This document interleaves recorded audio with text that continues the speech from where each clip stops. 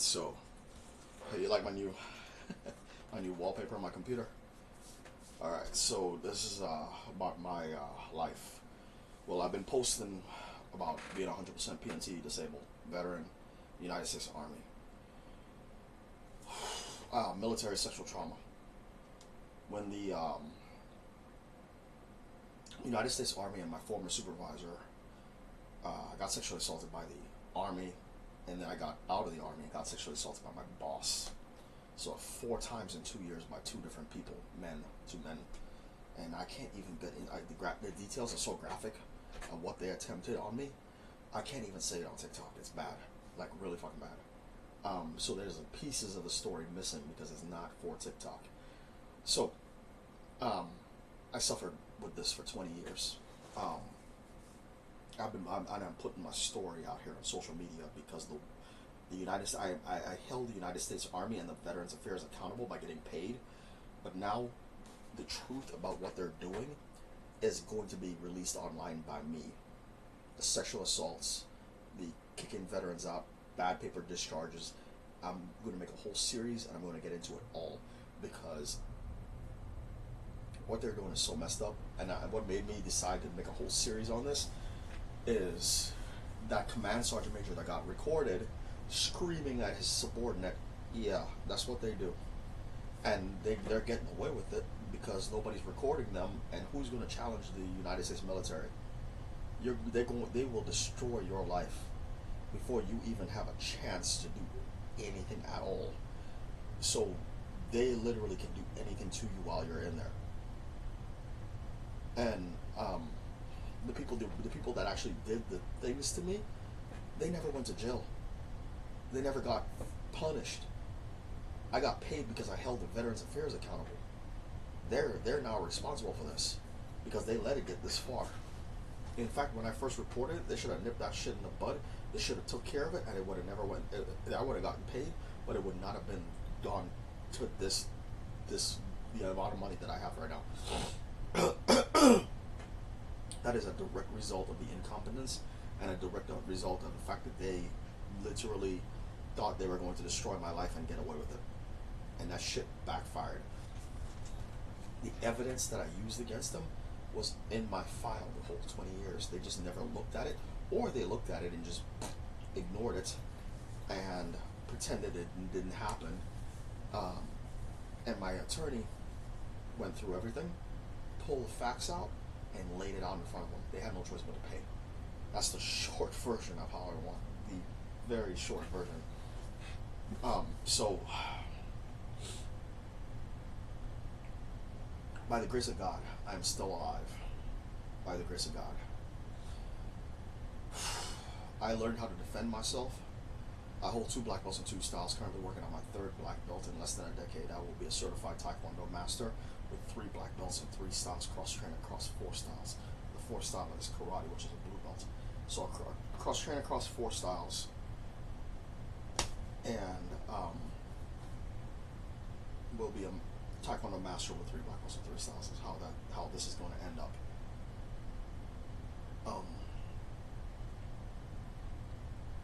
And they pushed me to train myself to be able to defend myself because I told myself, you know what, these people are never going to ever take advantage of me ever again.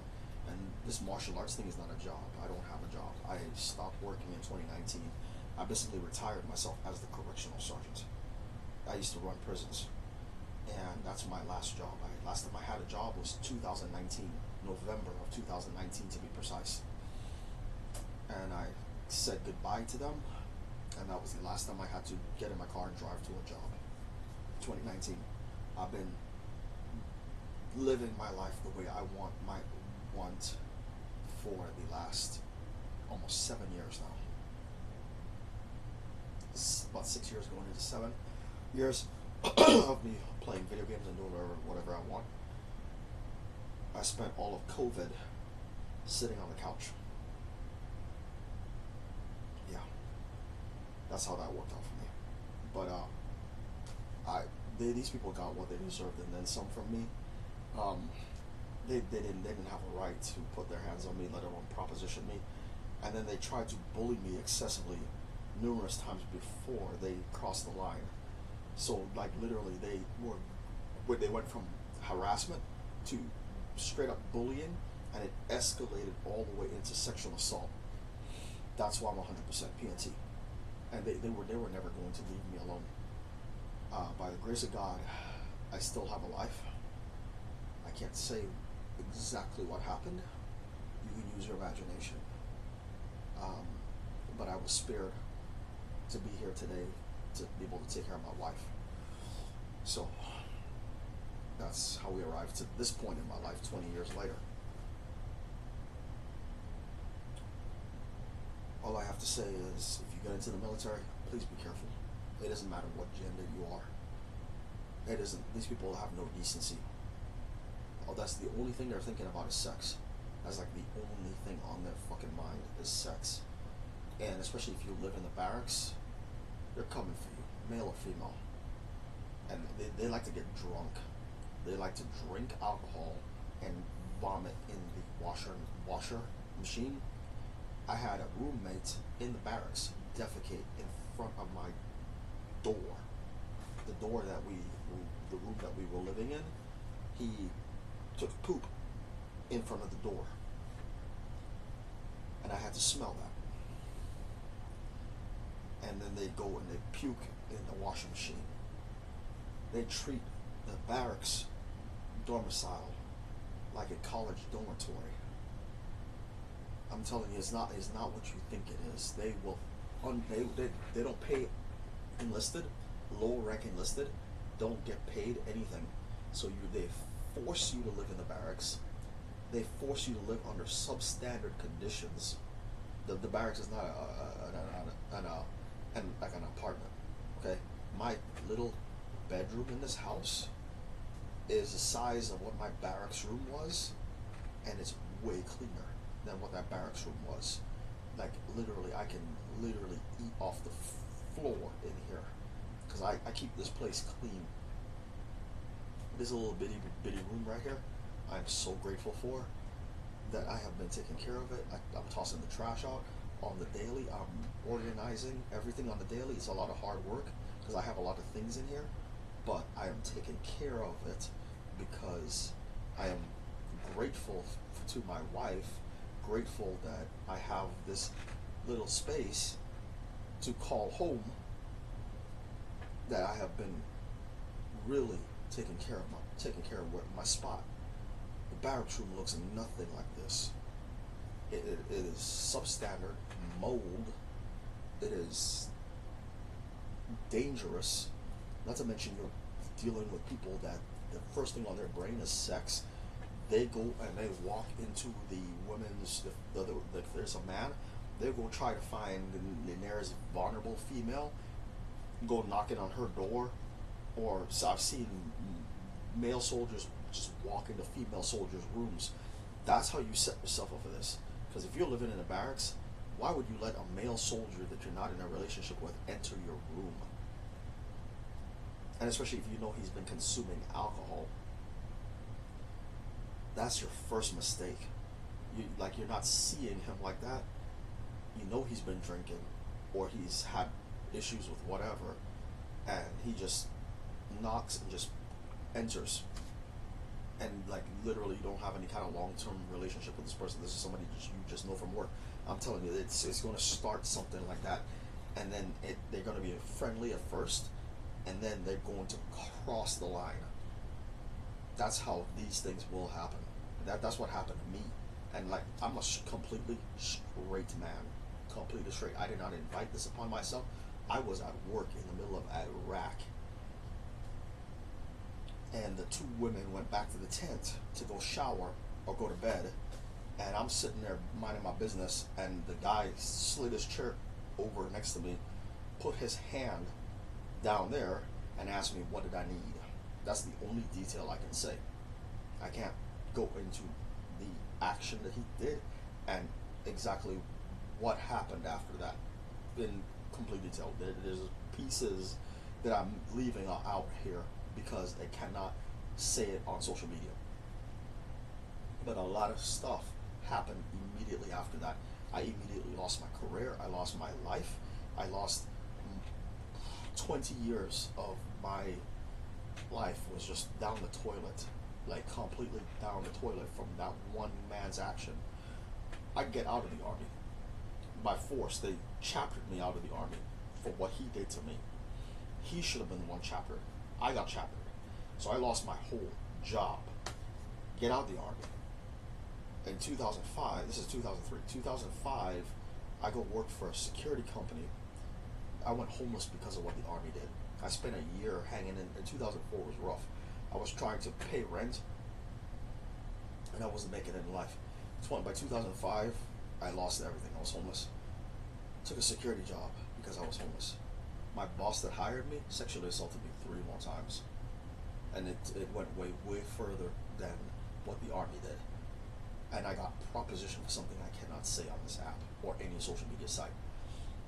And he really was trying his best, and I kept on rejecting him. At one point I had to lock myself into my trailer, and I tried to call the police. The police never responded. The lawyer hung up the phone on me because I didn't have any money. I did what I needed to do to keep that job because I had no money, and my parents abandoned me. My parents knew the army sexually assaulted me, and they still abandoned me after that. They refused to help me, and they knew what the army did to me. And then I got subjected to this thing 3 more times, and then some. By then, so now my PTSD is at an all-time high.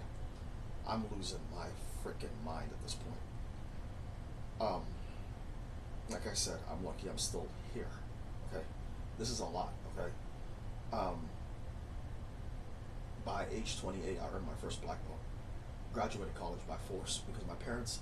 I had to go back and live with my parents, the same parents that I abandoned me, that didn't want to help me, and I went back into the abuse from them because I had no choice. Graduated college, left their house at 30 years old, permanently. My first wife, this is my second wife. My first wife was extremely abusive. Like, I got abused by her, got hit in the face. This is many years of abuse at this point. Got hit in the face, and nobody's gonna believe a woman's hitting me. Okay, I already have a black belt. Okay, and I'm restraining myself, and I'm not trying to go to prison because I could easily take her out. But like, the minute I lift my hand at her, they're going to incarcerate me. So I had to take all of this abuse, and no one was going to believe that I was being abused by her. So physical abuse, mental abuse for over 2 years by the ex-wife. I finally escaped the ex-wife. I ended up a correctional sergeant in a prison. Now, at this point in my life, the PTSD from the army that in 2003 has gotten so bad, I had to be hospitalized in the middle of a shift at work. So now, what happened in 2003 is now affecting 2019 work performance. So bad, I ended up in the hospital. I had no choice but to resign because they would have fired me for too many PTSD episodes. It was just my PTSD got so bad, I couldn't handle it. I can't handle any job anymore. Now, I got my SSDI first, and then I got my 100% PNT. So I'm 100% PNT and SSDI combined, $5,500 a month tax free for life. Now, I am married for the second time. 3-bedroom house, wife, dog, family. It took 20 years to get to what you would consider the perfect life. Except what looks perfect on the outside is I have severe PTSD symptoms that I have. I'm up all night screaming in my sleep. The dog is affected by it because the dog is barking at me when I'm having my PTSD nightmares. The dog and my wife is in a different bedroom because of my PTSD. So to be fair to them, we all have our own bedrooms. I have a family in here, so a family member on the other side of the house, I have my own bedroom. My wife and the dog have their own bedroom. So each of us are in three separate bedrooms, and we have to live like this to keep the peace. The living room is the common area. If everybody wants to watch TV together, there's a television out there for that. But if anybody wants to watch their own separate TV shows with the TV up on loud or play video games, we would have to retreat to our individual bedrooms, so the entire household is not being disturbed by a video game or disturbed by the television. Okay, so that's why we have our own space, so each of us can enjoy three different televisions. We have four televisions in this house. We have the living room television. We have television at three different televisions in three different rooms, and that's why my room bedroom looks like a video game arcade. This is how I live over here. My wife's room looks completely different because she does something completely different than I do. But the PTSD has took its toll. I have been reduced to video games 24/7 because I don't have a choice. I can't go out there. If I go outside, I'm going to get in trouble. If I have one PTSD episode, they're going to try to incarcerate me. I can't do it. So to keep calm and stay away from the public, I locked the public out of my life. I got rid of the outside world, is what I did. So the only environment that I am used to is my wife, my family, the dog, and that is all the only people that I associate with. I don't associate with anybody else to protect myself. And I can talk to men online, but I cannot have males anywhere near me in person, because it will 1000% trigger my symptoms. There's no male friends. That's why every member of this household is female except for me. I am the only biological male that lives here. The dog is a female. Even the dog is female. So I'm the only biological male in this house. Everybody else, including the dog, is female. And I prefer it no other way. And that's what they did to me. I left out a lot of the story because I can't say it on social media. They did a lot more. They got a lot more graphic. I wish I could lay it all out in complete detail, but I just can't. It will offend people. So I had to take the pieces of the story that cannot say on social media and remove them out of the story. So this is the redacted version of what they did to me. I'm out of here.